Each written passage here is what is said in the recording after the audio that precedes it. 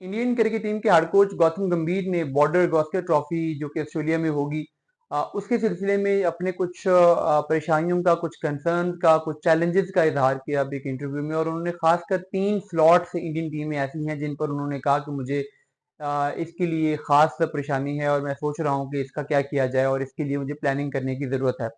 इनमें जो पहली स्लॉट है वो तो ऑलराउंडर की है और मीडियम पेस ऑलराउंडर की है। आप जानते हैं कि इससे पहले जब भी इंडिया सीना कंट्रीज में गया है तो उन्होंने 4 फास्ट बॉलिंग ऑप्शन के साथ जाते थे प्लेइंग 11 में और एक स्पिनर होता था। तो इन 4 जो फास्ट बॉलिंग ऑप्शन होते थे इनमें 3 जेन्युइन पेसर होते थे और चौथा बॉलिंग ऑलराउंडर होते थे, यानी मीडियम पेस ऑलराउंडर थे जो कि majority of time Hardik Pandya रहे, लेकिन उनकी एब्सेंस में शार्दुल ठाकुर ने भी ये जिम्मेदारी परफॉर्म की।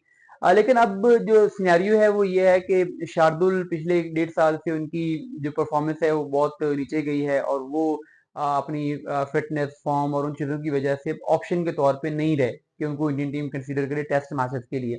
हार्दिक पांड्या की परफॉर्मेंस ओके है बट उनकी फिटनेस के मसाइल भी बहुत ज्यादा हैं और इवन वनडे जो फॉर्मेट है उसमें भी डाउट है कि वो 10 ओवर करवा सकते हैं कि नहीं करवा सकते। तो टेस्ट क्रिकेट में जाना स्ट्रेट अवे उसके चांसेस बहुत कम है कि वो इंडिया के लिए अवेलेबल हो सकेंगे। तो अब इसके लिए बैकअप ढूंढने की तैयारी है कि अगर हमें हार्दिक पांड्या अवेलेबल नहीं हो पाते तो फिर हम क्या करें। तो ये एक बड़ा टास्क होगा जिसके लिए गौतम कहते हैं कि मुझे इसके लिए सोचना है, इसके लिए प्लान करना है और इसके लिए बैकअप ऑप्शन ढूंढने हैं। जो दूसरी उन्हें परेशानी है वो फास्ट बॉलिंग अटैक में है। देखिए एक जो प्लेइंग 11 है उसमें ऑस्ट्रेलिया में अगर आप 3 पेसर्स के साथ भी खेलते हैं तो स्टिल आपको एक चौथा पेसर भी वहां पे चाहिए है, यानी एक जो आपका पेस बॉलिंग ऑलराउंडर है उसके साथ 3 पेसर्स आप खिलाते हैं और 1 या 2 पेसर्स आपके बेंच पे होने जरूरी है क्योंकि सीरीज बहुत लंबी है। 5 टेस्ट मैचेस की सीरीज में जब आप जा रहे होंगे तो वहां पे आप 3 पेसर्स को हर मैच नहीं खिला सकते। जाहिर है आपको वहां पे वर्कलोड मैनेजमेंट करने के लिए रोटेशन पॉलिसी पे जाना पड़ता है। कुछ बॉलर्स को कुछ मैचेस खिलाएंगे फिर उन्हें रेस्ट करवाएंगे। तो पिछले कुछ अरसे में देखा जाए तो 3 बॉलर ऐसे थे इंडिया के लिए जो कि कंसिस्टेंटली खेल रहे हैं, यानी जसप्रीत बुमराह, मोहम्मद शमी और सिराज। लेकिन साथ चौके ईशांत भी कुछ मैचेस खेलते रहे हैं पहले, तो कोई ना कोई ऑप्शन अवेलेबल होता रहा है। लेकिन और फिर 5 मैचेस की सीरीज भी उस तरीके से बहुत ज्यादा नहीं हुई।